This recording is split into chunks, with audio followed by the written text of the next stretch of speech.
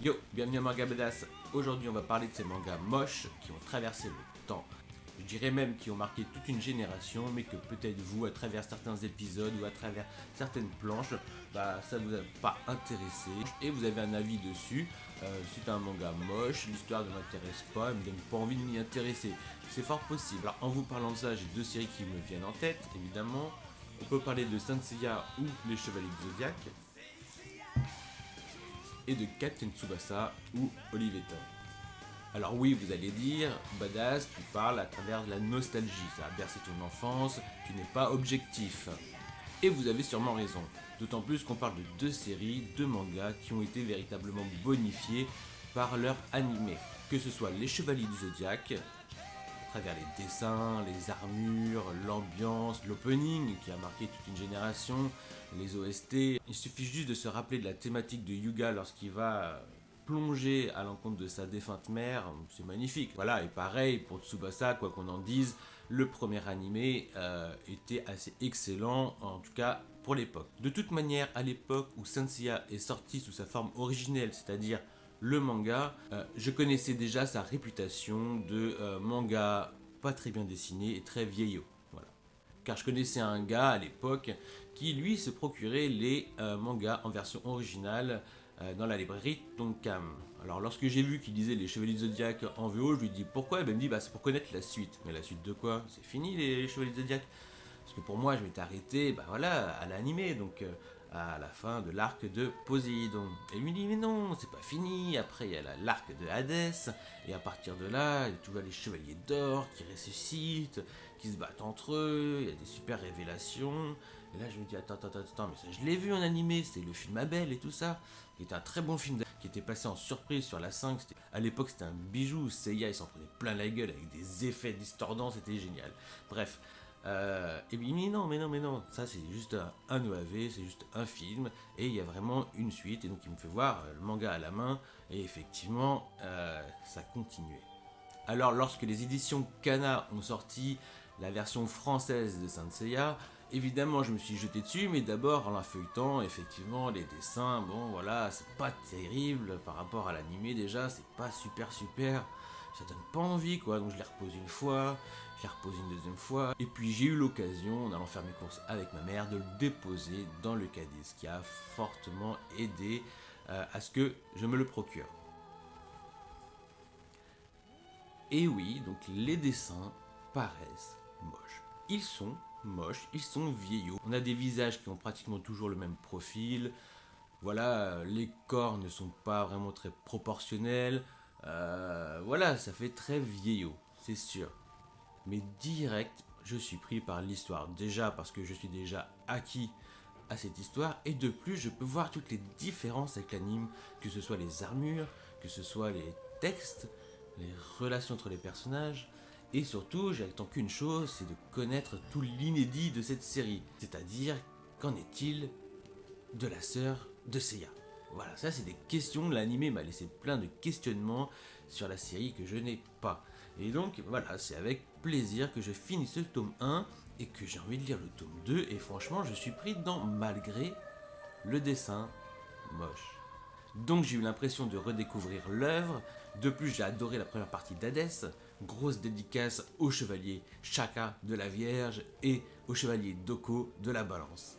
Alors pour vous faire une idée à quel point cette série a marqué mon enfance, ou même m'a marqué au plus profond de mon être, dites-vous que votre horoscope et le mien est différent. Voilà. Pour ma part, je juxtapose un signe astrologique à son chevalier d'or, à son chevalier du zodiaque. Et croyez-moi, je plaignais mon grand frère et ma petite sœur qui étaient tous deux du signe du poisson. Et vraiment, ce chevalier avait rien pour lui. Et surtout pas l'esprit chevaleresque. D'ailleurs, mon petit frère, ce n'est pas mieux, il était cancer, donc voilà, cancer, poisson, de chevalier, de rebut, de merde. Moi, au sens large du terme, je suis un lion refoulé, voilà. Je suis du signe de la Vierge, je resterai vierge toute ma vie. Néanmoins, les chevaliers du zodiaque m'ont réconcilié avec mon signe astrologique. Dans son genre différent de celui du lion, il était badass mais à un point, d'autant plus lors de la partie d'Hadès, où Shaka se bat contre 3 chevaliers d'or. Oui monsieur, c'est vraiment le plus fort de tous les chevaliers d'or, et je parlerai bien du chevalier de la balance, mais ce serait trop de spoil, voilà. À savoir ma femme est chevalier de la balance. Alors tous ceux qui ont lu ou qui ont vu l'animé, ils savent. Alors oui, je juge les gens quant à leur signe astrologique.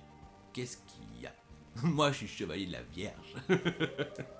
Alors voilà, il faut savoir que ce shonen est précurseur, c'est les premiers shonen boys band, comme on peut retrouver le groupe de garçons à la Prince of Tennis, Kuroko's Basket, enfin voilà, Yu Yu Hakusho, tous les boys band, à l'origine il me semble, si je dis pas de bêtises, que ça vient de Saint Seiya. Tout comme le style androgyne de certains personnages. Alors certains vous diront, oh. Néanmoins, c'était très intéressant, et moi petit, ça me faisait me poser des questions, à savoir si c'était un garçon, une fille, pourquoi il était comme ça. Bon voilà, c'est très intéressant, ça peut nous permettre de s'ouvrir aussi l'esprit, de ne pas rester fermé dans un carcan, dans une caricature de personnage forcément très viril, voilà.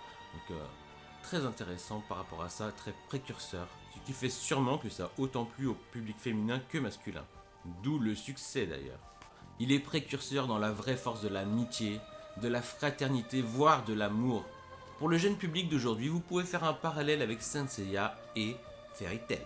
Oui, la vraie force de l'amitié, ça j'ai pas besoin de vous le souffler, mais tout correspond avec le fanservice en moins, bien sûr, parce que Saint Seiya n'avait pas de fanservice, où on montre des gros lolos par-ci par-là, et il y a plein de petits trucs en moins également. Néanmoins, avec quelques trucs pourris en moins, il y a pas mal de similitudes.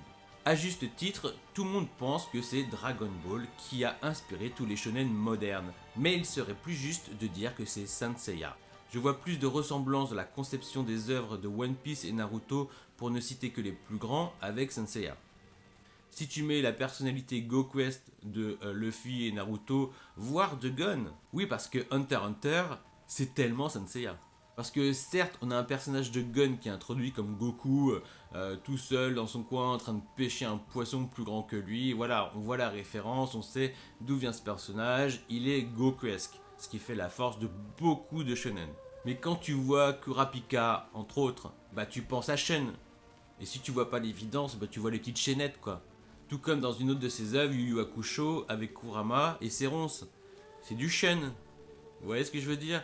Vous voyez le boys band de Yu Yu Hakusho et le boys band de Saint Seiya, on voit les ressemblances, on voit le truc. Iei, par exemple, c'est du Iki et du Vegeta. D'ailleurs, est-ce que Vegeta n'est pas inspiré de Iki? Donc voilà, c'est Goku qui inspire beaucoup les mangaka pour leurs héros, mais franchement dans la conception, on est vraiment plus dans du Saint Seiya. Il suffit de voir tous les OAV d'ailleurs de Dragon Ball Z ou de Yu Yu Hakusho, et la conception est faite toujours pareil. Ils se sacrifient tous les uns pour les autres, pour que le héros réunisse toutes les forces de chacun et batte le boss final. Voilà, clairement, on est dans Saint Seiya. Et donc oui, les dessins sont moches, et par la suite, le style reste le même, il n'y a pas une évolution révolutionnaire du dessin. Bien qu'on finisse par s'en moquer, véritablement, pour ma part, j'en ai fait abstraction très vite. Alors bien sûr, aujourd'hui, la nouvelle génération s'en moque peut-être, se moque de l'histoire, n'a pas spécialement envie de s'intéresser à cette histoire, tout comme certains peuvent être insensibles à l'épopée de Hokuto no Ken, Ken le survivant. Et donc on a adoré également redécouvrir cette œuvre dans sa version manga, car il faut quand même rappeler qu'on a eu le droit à une version assez dingue en version française. Mais toujours dans ce thème du manga moche, on peut parler de Captain Tsubasa Olive et Tom. Perso, je ne l'ai jamais considéré comme moche.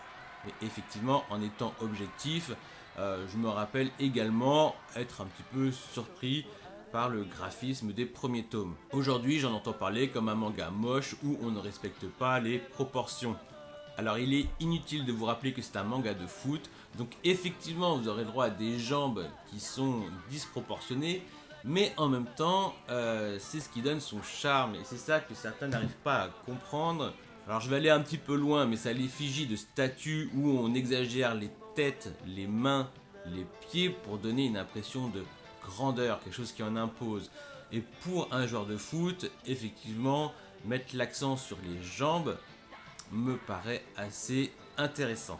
Encore une fois, lorsque j'ai lu à éditer Captain Tsubasa donc en France, en français, j'étais heureux de redécouvrir la série tout en sachant que je vais pouvoir aller plus loin que ce qu'on a vu en animé. Alors oui, les dessins paraissent toujours vieillots, même à l'époque, et oui aussi, peut-être un cran en dessous de la moyenne de ce qui se faisait à l'époque également. Alors vous allez me dire, oui mais Badass, c'est la nostalgie qui parle à travers toi. Mais dans ce cas-là, moi ce que je peux vous dire, c'est toute une génération de mangaka, une génération d'enfants, de joueurs de foot et de joueurs de foot professionnels. Et ce n'est pas rien.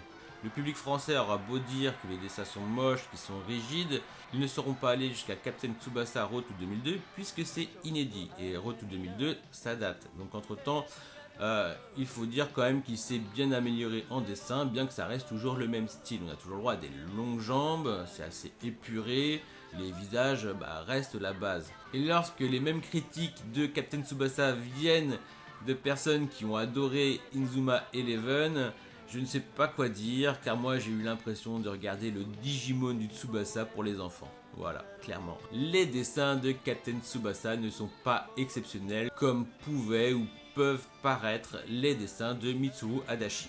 Souvent critiqués par ses personnages au caractère design aussi similaires d'œuvre en œuvre, autant par les oreilles en forme de donuts de ces mêmes personnages. Ce qui est vrai, et je ne le nie pas. Seulement, ce n'est pas sur les bons détails que ces personnes se consacrent. La magie d'une œuvre, c'est un tout, et pour vous faire mieux comprendre cela, je vais vous parler de séries qui ont un succès de malade et qui sont pourtant pas très bien dessinées, mais qui est logiquement mérité. Et pour l'exemple, on peut se consacrer à Fire Punch ou Chainsaw Man, grosso modo aux œuvres de Tatsuki Fujimoto, qui est un mangaka qui s'est fait remarquer par toute la profession, qui est reconnu par tous les mangakas et par le grand public aussi, avec ses mangas qui sont totalement borderline. C'est une leçon au monde du shonen qu'il a donné. Certes, son style graphique n'est pas abouti, il est très inégal, il y a plein de défauts, ses dessins sont irréguliers, les planches inégales d'une planche à l'autre, mais pour ma part, c'est totalement éclipsé à cause de la force de l'œuvre. De par son originalité, de par sa complexité et de par ses personnages assez troublants concernant par exemple Fire Punch. Et ces défauts graphiques me paraissent être un atout pour Chainsaw Man. Oui, c'est très étrange quand je dis ça, mais je trouve qu'on s'attache encore plus facilement aux personnages avec leurs défauts, ça leur donne des traits d'humour, voilà, on est beaucoup plus sensible au dialogue, aux expressions et aux relations entre les personnages, pour ensuite se sublimer dans le dessin à travers une double page de carnage. Aujourd'hui, son style est reconnu par des professionnels qui sont 100 fois plus doués que lui dans le dessin, mais qui n'ont pas son talent, qui ne lui arrive pas à la cheville dans la conception d'une œuvre entière. Ce qui fait qu'on lui prête le titre du mangaka qui révolutionne le shonen d'action. De toute manière, il suffit de le comparer à Jujutsu Kaisen pour comprendre ça. Pour aller toujours dans le même sens, tout le monde connaît One Punch Man, dessiné par Murata, le mangaka qui a dessiné iChild 21, reprenant le scénario de One, qui avait d'abord fait paraître les aventures de Saitama sur internet, mais apparemment les dessins étaient très moches, d'ailleurs je ne les ai pas vus.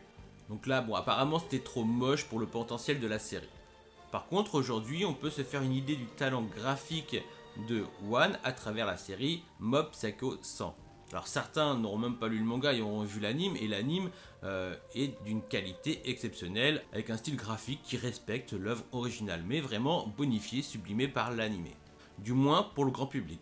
Vous me direz, l'animé, encore une fois, embelli, mais moi je vous dirais pas tant que ça. Alors oui, le dessin est moche, mais il sert tellement bien le propos de l'œuvre que je définirais ce dessin comme simple et efficace en vérité. Je pense d'ailleurs que ce manga a le succès qu'il mérite. Alors oui, le style se prête bien au gag manga, à l'image d'un collège foufoufou par exemple, et on n'en serait pas loin s'il n'y avait pas tout le thème de la télékinésie. Et la première impression qu'on a, c'est que ça a été dessiné par un enfant. On verra bien ce que diront les générations futures à propos de ces mangas, qui ne font peut-être pas l'unanimité en France, mais qui ont bien marqué leur temps. Alors en conclusion, je vous ai parlé de ces séries moches qui ont traversé le temps, à l'image de L'Attaque des Titans ou Demon Slayer. En conclusion, je vous ai parlé de ces séries, de ces mangas moches qui ont traversé le temps. mais qui ont également bénéficié, à l'image de l'Attaque des Titans ou de Demon Slayer, de très bons animés qui les ont mis sur un piédestal même si leur style graphique ne faisait pas l'unanimité. Je ne peux pas vous dire si c'est le même phénomène qu'à l'époque, concernant les séries comme Saint-Seiya et Captain Tsubasa, à savoir si les animés ont relancé les ventes du manga. Ce qui est sûr, c'est que de manière internationale avec les animes, c'est certain. Mais concernant le Japon, j'ose espérer que le succès était déjà là dans la version papier avant celle de l'animé. Alors je tiens quand même à préciser qu'il est facile de prendre un vieux manga, comme ceux de Osamu Tezuka avec La vie de Bouddha, ou de Go Nagai avec Devilman, ou encore de Ikki Kajiwara avec Ashita no Joe, comme des mangas moches. Sauf que là, on parle de ce qui se faisait de mieux à l'époque. Et aujourd'hui encore, du moins pour les œuvres que je vous ai citées, on reconnaît le talent graphique de ces auteurs.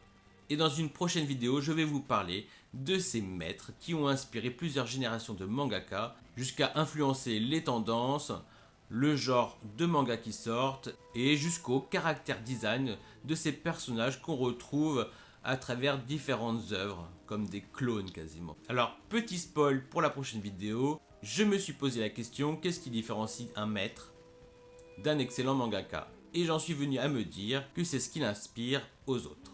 Un maître se retrouve avec plein de petits élèves spirituels.